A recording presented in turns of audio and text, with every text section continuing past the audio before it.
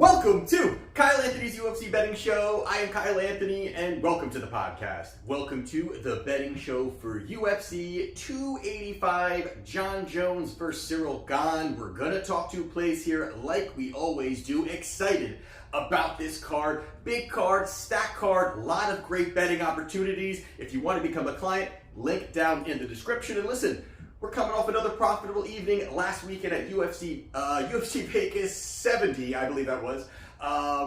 Did well, cashed in for 5.63 units for clients last weekend. Excited about it, want to keep that going, and like we always do here, we got to move forward. Win or lose, we got another card coming up. Excited about it, and this weekend I also have a max play.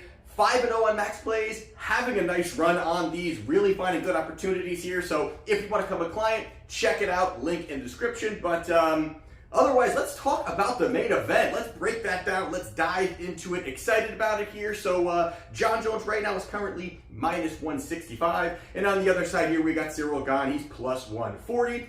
And like we always do here, we're going to talk about 3 fights for each fighter, see what we see if one fighter can expose the other fighter, and if the line makes sense to place a wager. So, first person we talk about here is Jon Jones, and 3 fights ago, he fought Anthony Smith. Now, I'm not going to dive into this one too much here because the next 2 fights I think are a little bit more worth diving into. But this was one really where it was all Jon Jones. I mean, Jon Jones working at range, landing good shots, crisp combinations, voluming out Anthony Smith, completely landing him. He just was overwhelmed with everything, and pretty much Smith wasn't able to do too much. So again, want to get past this one. This was a really a dominating performance, decision victory for Jon Jones. Now, these next 2 have a lot more going on in them here, and 2 fights ago, he fought Thiago Santos. Now, this was an interesting fight where, Santos was kind of looking like, a killer out there, doing his thing, going out there, really a top-level kickboxer, power, all of those things, and right away in this fight, this is something we're talking a lot about, even kind of going into kind of wrapping this whole breakdown up, is the fact that he was going leg kick crazy early, and it was working. Santos was landing big shots, chopping away. Even there was a point where Santos early in that first round rocked Jon Jones, and then Jones was almost shooting desperately for a takedown to kind of put him up against the fence. There were certain positions there where things were kind of going on, and he was landing really, really well in those positions. And the one thing that Jon Jones was doing too is after a couple big shots were landing, he switched stances. I mean, it was showing that those skinny legs of Jon Jones don't have much meat on them, smacking big leg kicks there. Santos was finding really a high level of success throwing leg kicks. Going into that second round, boy, did things change. Santos, again, doing his thing, throwing nice shots, blows out his knee when he ended up throwing a leg kick there, and that really kind of changed the whole thing. Of course it will. He kind of, again, destroyed his leg and kept going forward, fighting Jon Jones very competitively with one leg. And I thought that was very, very interesting there. Jones was being patient, working from the outside, chipping away. Volume was very low on Jon Jones, very low, and it allowed Santos to kind of stay in the fight. Even with one leg, even with limited output, it still was a close fight. Now, I find that very interesting because Jones did not have that killer instinct. He could have really put the stamp on it, went out there, and really, kind of brought it to Santos. But Santos, to his credit, again, hung in there, throwing these big blitzes, and he would land. I mean, there were spots in there where even pushing forward, throwing big hooks, was landing on Jones. Jones kind of backing up. There was even positions where he was kind of scurrying to the outside as Santos was throwing these big shots overall. But still a very competitive fight. Some people, kind of look at it and say maybe Santos kind of eked it out. I did have Jon Jones winning that 3-2, but with that being said, Jon Jones goes out there and gets the victory via decision. And then most recently, he fought Dominic Reyes. Here's another situation here where Reyes, right out the gate, throwing leg kicks and having a very high success rate of landing leg kicks. Jones very, very confused at certain points, timid, scurrying again a little bit away. Reyes landing big shots. Again, it was a spot where Reyes, lands a shot, and rocks Jones. Jones pushes forward and tries to get a takedown. And the one part about this too is Reyes did very well kind of defending these takedowns. I know there's a lot going on, and again, we're going to talk about it when we wrap this up, but a lot going on the takedown part of this. And can Jones get these takedowns? And in this situation here, you know, Jones shot, I think it was 7 times or something like that, landed 2, but Reyes got right up. Reyes didn't really have much trouble, was able to kind of, scramble, get back to his feet, use the fence, get back to standing, and I thought that was really interesting. But even there were spots there where Reyes was landing really high-level amounts of shots, big shots, you know, hitting Jones more than we've probably seen him really be getting hit. And it was the leg kicks. He continued with the leg kicks. He continued pouring on those leg kicks, outpacing, out-voluming. It really kind of started to go to those championship rounds. Now, credit to Jones there where, you know, it was a tough fight, and I think he started kind of picking up some rounds later in the fight. Now, I actually scored this Reyes 3-2, giving him the first 3, I believe it was, and then the last 2 were for Jones, if I'm remembering that correctly. But it was a 3-2, close rounds in there, so I can't really kind of hate on it or it was a pure robbery that Jones won. Very close. I did score it that way, but again, a very, very tough fight for Jon Jones. He goes out there and wins by decision. On the other side here, we've got Ciryl Gane. 3 fights ago, he fought Derek Lewis. Now, this is one here where Gane was very patient, and we've seen him kind of have that, very patient, working on the outside, using all of his tools, all of his weapons, whether he's throwing a spinning kick, a spinning back fist, front kick, leg kick, good combinations. He really kind of has it all, and he was doing a lot of that. And this is another spot here where Gane was utilizing those leg kicks extremely well on Derek Lewis. Derek Lewis wasn't offering up much offense. He was kind of staying on the outside, and we all know Derek, it only takes one big shot to kind of change the entire fight or put your lights out. So he was being patient. I give him the credit on that, working on it on the outside, but far better combinations, far crisper combinations, better footwork, working at range. And then there was a point kind of in that, I believe it was the 3rd round, where Jones, you know, he kind of said, I'm sorry, not Jones, Gane said, you know what, I'm going to push forward, started landing bigger shots, chopping away at the legs. There was even a point where it looked like, you know, that was really what was hurting Lewis more than any of the shots to the gut or the head, was just these power leg kicks, chopping away, ended up hurting Lewis in that 3rd round. He kind of wilted, gave up, fight over, TKO victory in round 3 for Ciryl Gane. And then 2 fights ago, he fought Francis Ngannou. Now, I'm going to kind of talk about this one a little bit more. We're wrapping this up in a second here on the breakdown of fights. But this is one here where early, Gane looked great. I mean, Gane looked great. He was working from the outside, chipping away. Now, we do know that Ngannou had, you know, leg injury. He blew out his leg earlier. He did look completely different. Now, we got to say that he did look different. He was not himself. You know, it almost looked like Ngannou wasn't really throwing punches. He wasn't active. He was never really going for it and just throwing those big bombs. But Gane was doing what he needed to do. And then the change of pace happened, and Ngannou decides to level change. And I think that really surprised Gane overall, kept him down there. That's what pretty much won him this fight. Going into that 5th round, it was a 2-2, pretty much a situation there. And Gane had the opportunity to probably kind of ride out the fight, ride out the rounds when he was getting his own takedowns, goes for a leg lock. That changed the fight where Ngannou was able to get out of that, get top control, and pretty much secure the round and get the victory. So close fight there overall, but Ciryl Gane loses to Francis Ngannou via decision. And then lastly, Ciryl Gane versus Tai Tuivasa, which is his most recent fight. And this one here, I mean, this was easily Gane. Gane, again, did play it safe. He did work on the outside. It's the same kind of situation. Tuivasa does have some big power. His willingness to kind of phone booth fight, get in your face, throw the big shots. And this was really just, again, it was a levels fight. Just such better striking and footwork and movement from Ciryl Gane from the outside, landing nice shots. Tuivasa did have that one moment where he threw the big shot. It dropped Gane, but it was kind of a mixture of a big shot that was blocked and he was tripped, so it wasn't like some clean shot that really kind of leveled him. Either way, pretty much the whole fight was Gane working at distance, doing what he needed to do. Ends up getting a knockout victory, round 3, really putting it on Tuivasa in that 3rd round to get the victory. So with that being said, you know, I think the first thing when we're kind of looking at this fight and going down and breaking this all down is stylistically this matchup and how it could possibly go, and the styles at which both of these guys fight. Now, they're very similar, obviously. They're very, very similar when it comes to striking, when it comes to being at range, high-level strikers, both of these guys overall. And I really think this is going to be more of a 25-minute, or however long it lasts, but a 25-minute kickboxing match. I don't really see this as a fight that you're going to be seeing all these level changes from Jon Jones and smothering, Gane up against the fence. And yes, of course, some of these things are going to be happening. It's an MMA fight. There's going to be opportunities for takedowns, clinching, all these, dirty boxing up against the fence. Obviously, those things are going to be happening. But I think there's going to be just limited wrestling. And I think a lot of people are kind of really blowing up this whole Ngannou taking Gane down and keeping him there.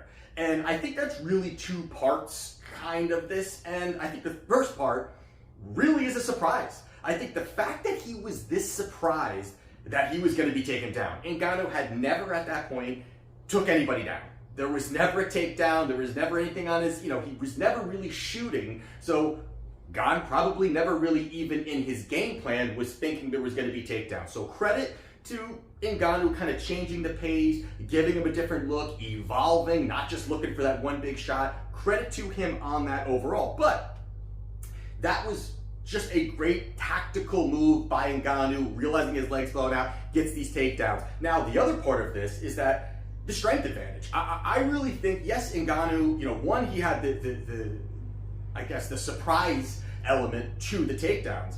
But he is massively a strong guy, and these takedowns were more just bully takedowns, big, strong takedowns, latching on, getting these takedowns, and that, to me, with this mix of the surprise, was able to get these takedowns. Gane, I don't think, is an easy guy to actually take down in a normal setting. I think that he's working on a lot of that stuff. I don't think that's something that we've seen Jon Jones out there just diving at legs, taking everybody down. He struggled against Dominic Reyes. Now we're facing a bigger guy in Ciryl Gane. It's going to be very tough for Jon Jones to get these takedowns. So I think that's part of it. And again, both these guys, high-level strikers, all those great things. But I do think wrestling will be limited, and I think this will be a striking match. Now, the other part of this, which is massively big, and everybody's talking about it, obviously. So obviously we got to talk about it too here. Is the fact he's moving up in weight, right? So he's moving up in weight, he's going to heavyweight, and the big issue for me on that part of it is the fact that a lot of the attributes and a lot of the things that make Jon Jones very successful, that make him elite level in the light heavyweight division, that I don't think he brings a lot of those things and those attributes to the heavyweight division. I don't think he has the size, the strength, the reach. These are the things that made him very, very difficult. Again, he's a top-level fighter. He's the GOAT. We all know that. But now we're talking about right now and moving up in weight. And I think that's very difficult for him to kind of overcome. That's another layer of things. As we just talked about it, the takedowns. If he's struggling with guys, yes, Jon Jones has gotten bigger, gotten stronger, all those things. Big question mark on what he's going to be like, because that's going to be a big part of this. What is Jon Jones going to be like? Ciryl Gane has probably fought for, I would assume, most of his career. As far as I could look back, he's been a heavyweight. He's been in the heavyweight division. He's been a kickboxer in that. He's always been in that, and he knows how, to cut weight, to stay in that. He's been in that physique. He's been in that body, fighting, understanding how, at 260, how his body is. Jon Jones moving up from 205 to the heavyweight division now. He's probably going to be giving up anywhere from 20 to 25 pounds to Ciryl Gane on fight night. I mean, I would estimate somewhere around there is probably what it's going to be like. And how is it going to affect him? Really, I think with Jon Jones, it's going to affect his cardio. I think it's going to affect his movement. I think it's going to affect his quickness. I think also the physicality part of it. I think, he's not going to have that part where he's really going to be able to go out there and bully some of these guys around. And then you also add in the other part of this and loop in, which we all know, he's been out for 3 years, right? So he is moving up in weight. He's been out for 3 years now. We all know ring rust is a real thing. Any fighter I've spoken to, any fighter that we've seen on interviews, they always say, listen, ring rust is real. I don't even care what sport you're doing. It's almost like, we even see it in football, right? We see it preseason. Hey, these guys got to get in tune. They got to, they got to click. They got to get back into rhythm. They got to get back in all these things. That's just a preseason. That's just taking the off season off and getting back into game. I guess game.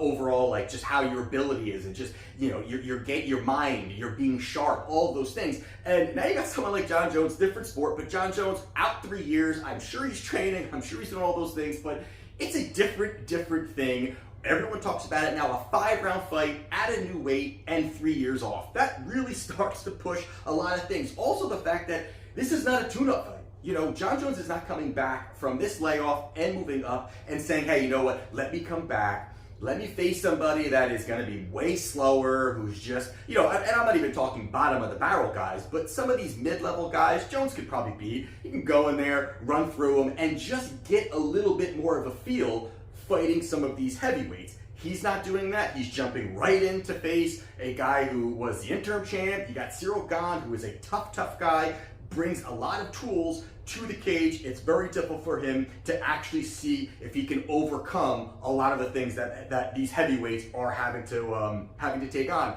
And then plus you add in the fact that, listen, the last 2 fights that Jon Jones had 3 years ago were probably 2 of his worst fights. So he fought a one-legged Thiago Santos in a very close fight, in a fight he wasn't throwing much, was low volume. Santos seemed to be the aggressive fighter in that fight overall, and Jones, again, he did what he needed to do. He worked from the outside, used his range, used his kicks, and got the victory, but was not that great of a showing overall. And then arguably you can say that he lost both of these fights, Reyes and Santos. But even Dominic Reyes, that was definitely the worst fight I think that he has had, even though he's won. And again, we're rating the GOAT, but it was arguably one of the worst fights that he had. He was getting hit. He probably lost the fight, was close, there was points where Reyes was pushing the pace. He was running away. These are things we've never seen Jon Jones do. He was doing it there. And if you even look at kind of what these two have done since they lost to Jon Jones, which does not help the case either. You look at Reyes. Reyes is 0-3. Now listen, I get it. Since he lost to Jon Jones, he's 0-3. He's lost to high-level guys. I get it. I'm not saying that. Obviously that's going to be part of this too. But he's 0-3. You've got Santos, who's 1-4 out of his last 5 since he fought Jon Jones. These guys are 1-7 combined since fighting Jon Jones. Now, and these are both fights that he probably, or very closely, might have lost. So either way, that doesn't help things as well too. And again, one of the things that really kind of make Jon Jones is his athleticism. And I think Gane pretty much brings that same athleticism, maybe more, to the cage, being a 265-pound guy, going out there and being able to kind of move as light-footed as he does, as quick as he is. Those are things that you don't see any other heavyweight anywhere do, and he's going to be giving up 20 pounds or so to this guy on fight night. And I think, lastly, the biggest part of this, and a part that I really feel like is going to be the difference maker in this fight, is going to be Ciryl Gane chopping the hell out of the legs of Jon Jones. I think he is going to be doing that every few seconds. I think he's chopping at those legs. We have seen Jon Jones, even going back, he struggles checking. He doesn't really check them. He tries to kind of move out of the way a little bit. You even saw Dominic Reyes, when Dominic Reyes was landing a lot of leg kicks early. Jon Jones was reaching for the leg kick. He was not checking. He was not looking to kind of, move his body in a certain way to kind of get out of the range. He was just getting chop, and then had to switch stances because he was getting drilled so badly. Somebody like Ciryl Gane, who has more power, probably better kicking arsenal with, quicker developing kicks, that I don't think Jones is going to be able to check any of these. I think he's going to struggle with that, and I think that's going to open up so many doors for Ciryl Gane to land shots upstairs, to set the pace, and also the fact that Jones has shown he's very, very, when it comes to volume, he's been low. He has not been very high with volume. One thing about Gane is he is going to throw volume. He has shown that he has a little bit at certain times, been patient, a little too over patient, but I think he's really starting to bring it a little bit. And if he out-volumes Jon Jones in the pocket, I think that's where he's going to find major success in this spot here. So For me here, listen, I think I've made my case pretty well here. I like Ciryl Gane here. Plus 140, I think, is a great number here. I could see this possibly squeaking over to a decision, a close decision, but getting it to Gane. But I think Gane has so many opportunities here to go out, chop at the legs, out volume, outwork, keep it on the feet, and win this fight, become the champion. So as my free play, I'm going Ciryl Gane plus 140. And as my other play, I'll quickly go over here, is going to be Jessica Penne versus Tabitha Ricci. You've got Penne, she's plus 240. You've got Ricci, she's minus 300. Now, we'll quickly go over this one, quickly, go over this one here. So, we all know what Ricci's going to be doing, right? She's going to go out there, she's going to look for the takedown, she's going to look for control time, going to look for subs. That's going to be her path, keep top control. That's going to be the way that she's going to look to win this fight. She's black belt in judo. She's got that ability, as well as she's got good jiu-jitsu. So she has a great foundation for a young up-and-coming fighter to kind of continually move her career forward. On the other side here, you've got Jessica Penne. She's 40 years old. There's a 12-year gap between Ricci and Penne, which is pretty crazy overall. And also the fact that Penne took off 4 years and then came back. So prior to her leaving for 4 years, I think it was back in 2017, she was 0-3. She didn't look too good. It was kind of like, hey, this is the end of her career. She comes back. She goes 2-1. Her last fight was a very close fight against a tough opponent. So she actually is starting to look somewhat good. Now, 40, that's not the greatest when it comes to age in this division. But with that being said, I think there's a big issue for Ricci in this fight. And I think it's going to be physicality. I think that's going to be very difficult for her in a certain spot. Now, her path absolutely is going to be the takedowns. It's going to be pushing. It's going to be cutting that distance, getting her hands on Penne, and then looking for top control. She does have an ability to get these takedowns. She's got that judo background. She's got good jiu-jitsu. There are things that she can do if she can kind of work and get herself into a dominant position. But the physicality part is going to be really on the advantage side of Penne. If you look at Penne, she is going to have a 4-inch height advantage as well as a 5-inch reach advantage. And that, to me, is going to cause a ton of problems for Ricci in this fight. I think a lot of people like to bet her because of her looks.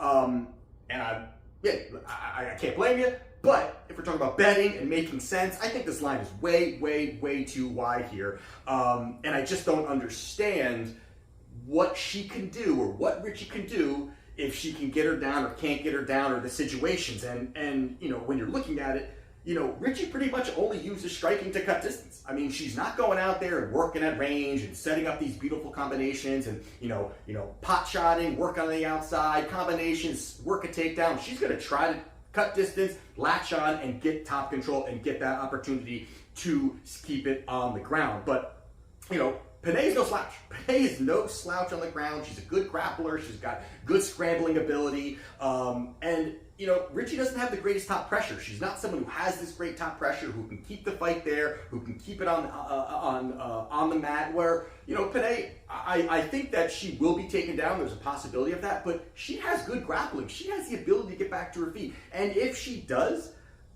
I think she's got better boxing. I think she's got rangier combinations. I think she, can keep it on the feet, and that starts to be a very big problem for somebody at minus 300 for Ricci, who really, I don't rate her striking good at all. Listen, Penne's striking is not that great either, but I think it's much better than what Ricci can do. Plus, you add in the fact that Penne has double the amount of MMA experience. I think that also helps there too as well. And listen, I just think the volume and what that Penne can do is just kind of out-volume her, keep her at the end of her punches. Again, we're going to be in the bigger cage. I think it's going to help Penne kind of maneuver a little bit, keep it at distance. I don't think she wants to go to the ground here. She may look for her own takedowns, but I think she'll probably kind of keep it at range, pepper nice shots.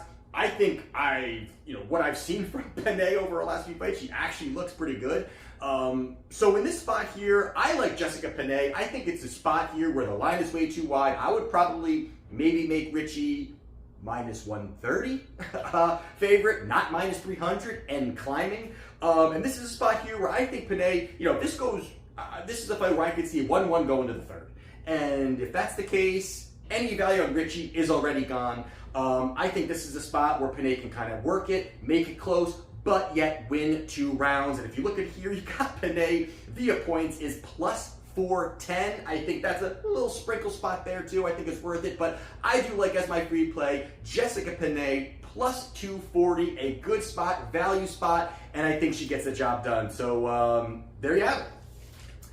So those are my plays for UFC 285 this Saturday. If you want to become a client, link down in the description. Have a max play. Like I said, 5-0. Crushed it last weekend. We crushed it the other weekend. We're doing things here. So listen, follow me on Twitter at Kyle Anthony UFC as well. Like, comment, subscribe, all those great things. Helps the service grow. And this is Kyle Anthony's UFC Betting Show, and I'll see you next time.